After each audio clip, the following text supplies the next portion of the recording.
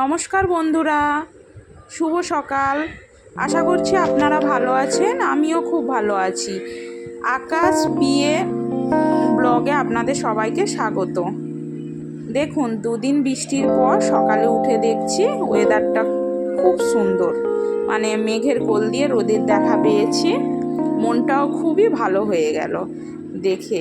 দুদিন অনবরত বৃষ্টি হয়েছে তো, সারাক্ষণ কাদা, মানে বৃষ্টিতে ভেজা যাকে বলে অবস্থা। আর এই যে চা খেয়ে নিলাম, সকালের রুটিন। তারপরেই চলে এসছে টিফিন বানাতে।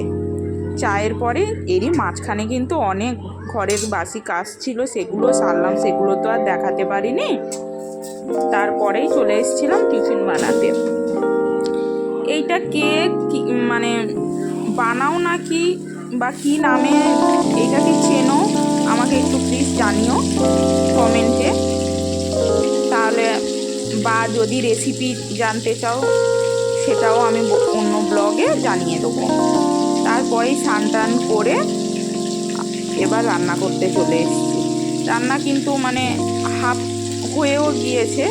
তারপরেই দেখুন একটা মাছ ভাজা মানে হয়ে এসছে, আবার এই যে আর একটা কোট করছি মাছের। এইভাবে মানে কোট করে যদি ভাজা যায় তাহলে মাছগুলো একদম গোটা গোটাভাবেই খুব ভালো করে ভাজা হয়, মানে একটাও একটার গায়ে লাগেও না, আবার ভেঙেও যায় না। এইভাবে রান্না করে দেখবেন, খুবই ভালো হবে। আর যদি এই মাছের রেসিপিটা জানতে চান সেটাও আমাকে কমেন্টের মাধ্যমে জানিয়ে দেবেন। আর ওইখানে দেখলেন যে মিক্সিতে না ওটা ডাল বাটছিলাম। আজকের ডালের বড়া হবে, আর কচু ভাতে দিয়েছি, সেটাকে মাখানো হবে, আর মাছের ঝাল হবে। আজকের শরীরটাও খুবই ভালো নেই, একটু খারাপ। তারপরে একটু লেট করেই উঠেছি, রবিবার, মানে দাদা ভাই, আপনাদের দাদা বাড়িতে থাকে, ওই জন্য একটু দেরি করেই ওঠা হয়েছে আজকের। আর শরীরটারও জন্য বেশি কিছু আর রান্না করতে পারলাম না। এই যে রান্নাগুলো দেখিয়েই দিলাম, হয়ে গেছে বললাম না, আমার রান্না পুরো শেষের দিকেই হয়ে এসেছিল, শুধু মাছের ঝালটাই বাকি ছিল। আর দেখুন মাছগুলো ঝাল মানে ঝাল করার পরও কীরকম গোটা গোটা হয়ে আছে সেটাই দেখাচ্ছিলাম। একটাও ভাঙেও না, আর তরকারিটা খেতেও পুরো মাংসর মতো হয়, পুরো মনে হয় মাংসই খাচ্ছেন। এইরকমভাবে যদি একবার রান্না করতে পারেন একদম জমে যাবে রান্নাটা পুরো, আর খেতেও খুব সুস্বাদুই লাগে।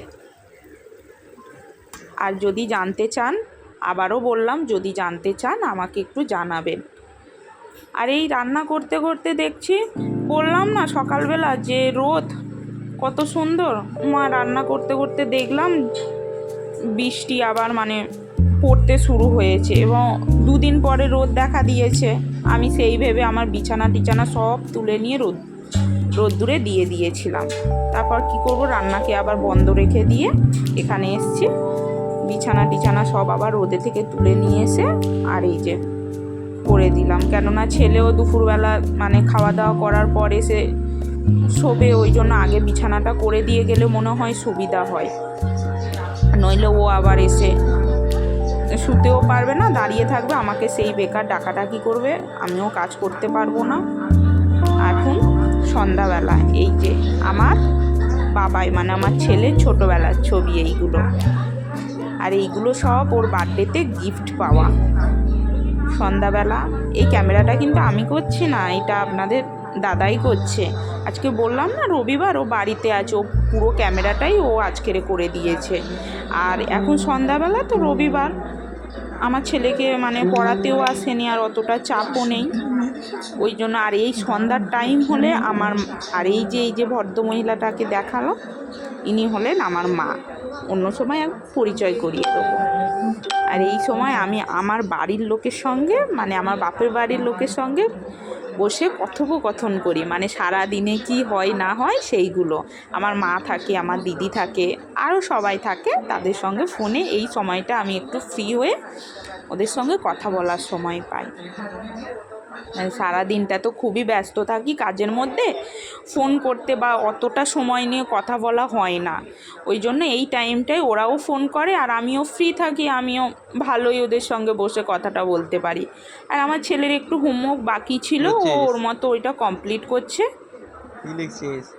ও আমার পাশেই, ওরই রুম বলতে পারেন, ওখানে বসেই ওর পড়াশোনাটা কমপ্লিট করছে। ওর পাপাকে একটু দেখিয়ে দিচ্ছে যে ও কী করছে, আমি জিজ্ঞাসা করছে কী করছো এটা। আর এইগুলো হলো আমার ছেলের ড্রয়িং, ও ড্রয়িং করে আর পেজ কেটে লাগিয়ে দেয়। আর এই যে আর দেখাইনি আমি রাত্রিরের খাওয়া দাওয়া রান্না বান্না দেখাতে পারিনি, একেবারে ঘুমাতে চলে এসেছি। Good night.